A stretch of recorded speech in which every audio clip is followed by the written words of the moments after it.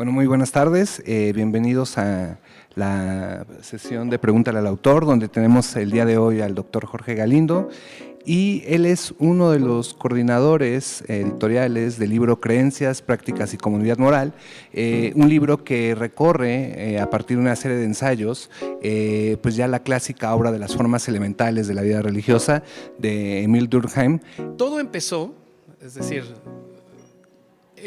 con una conversación que yo tuve hace ya varios años, antes del 2012, con uno de mis mejores amigos y colegas, Héctor Vera, que es otro de los coordinadores del libro, junto con Juan Pablo Vázquez.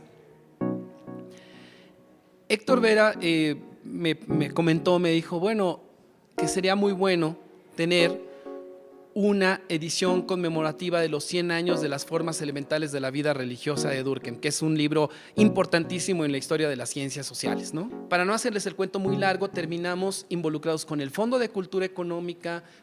Se hizo una nueva traducción completamente del libro, con un estudio crítico, una serie de cosas, y ese libro salió justamente para el centenario, que fue en el 2012, ¿no? Y pues bueno, eso nos dio la oportunidad de tener una serie de ponencias que dijimos, bueno, pues ¿por qué no convertimos algunas de estas ponencias en texto, incorporamos otras cosas y sacamos un companion, ¿no? O sea, un compañerito del libro, ¿no? Algo así que se puedan leer en tándem, ¿no?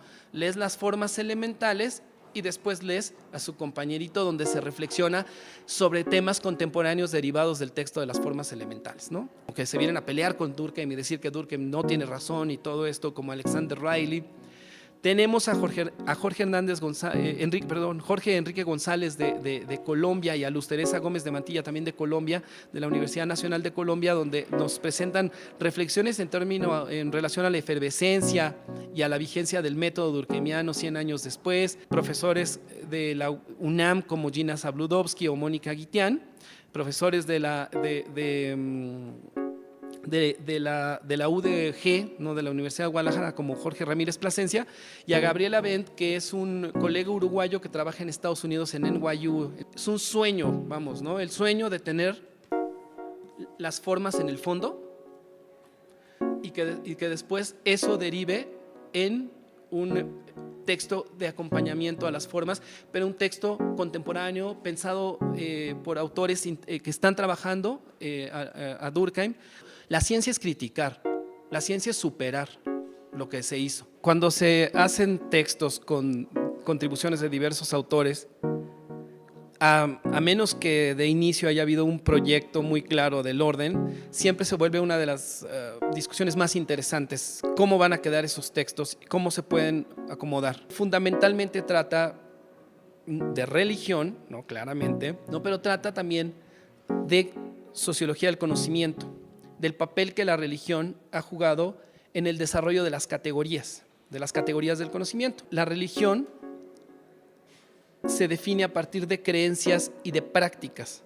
Las prácticas son un aspecto fundamental de la religión, y es el aspecto en Durkheim que es mucho más central. Entonces ahí salieron los tres elementos, ¿no? Conocimiento, religión e integración social. Así fue como hilamos estos textos. El tema era que dejar los que apuntaban de manera más clara como al tema de la integración social a partir de la religión en una sección, y los que, aunque trataran de algún tema religioso, apuntaran más ya sea al asunto de discusión teórica o del conocimiento, ponerlos en otra sección.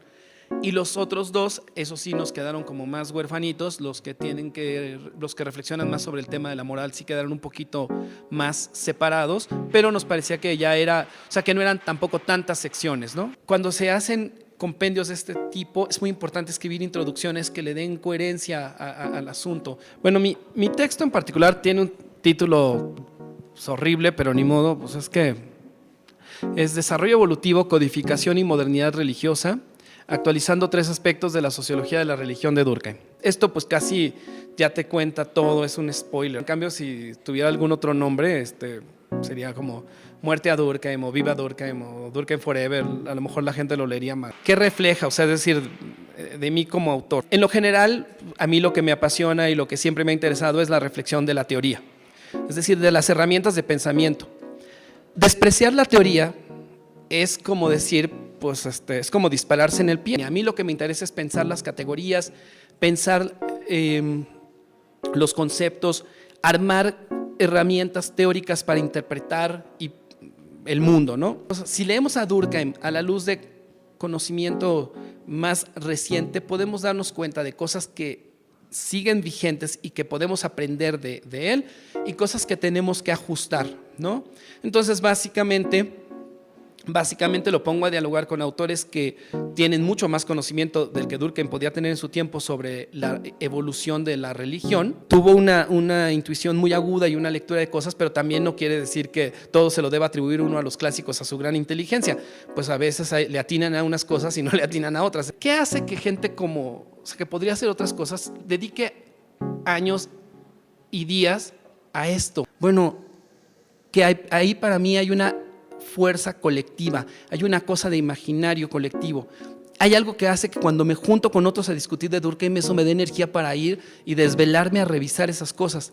Durkheim decía, el creyente puede más. Básicamente, o sea, es una discusión con Durkheim a partir de autores contemporáneos. ¿Cómo escojo estos autores? Pues la verdad es que uno tiene que leer muchísimo para identificar lo que Bourdieu llama lagunas epistemológicas.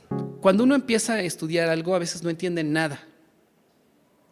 Pero llega un punto en el que has leído tanto que todo tiene sentido en tu cabeza y entonces ya están en tu cabeza, están así como una cosa medio esquizoide.